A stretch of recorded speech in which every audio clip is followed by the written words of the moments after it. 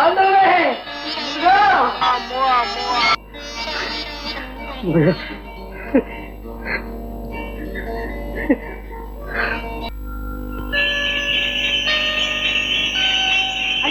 கருப்பையா இவனை பிடிச்சு வண்டி சங்கத்துல கட்டுங்களா?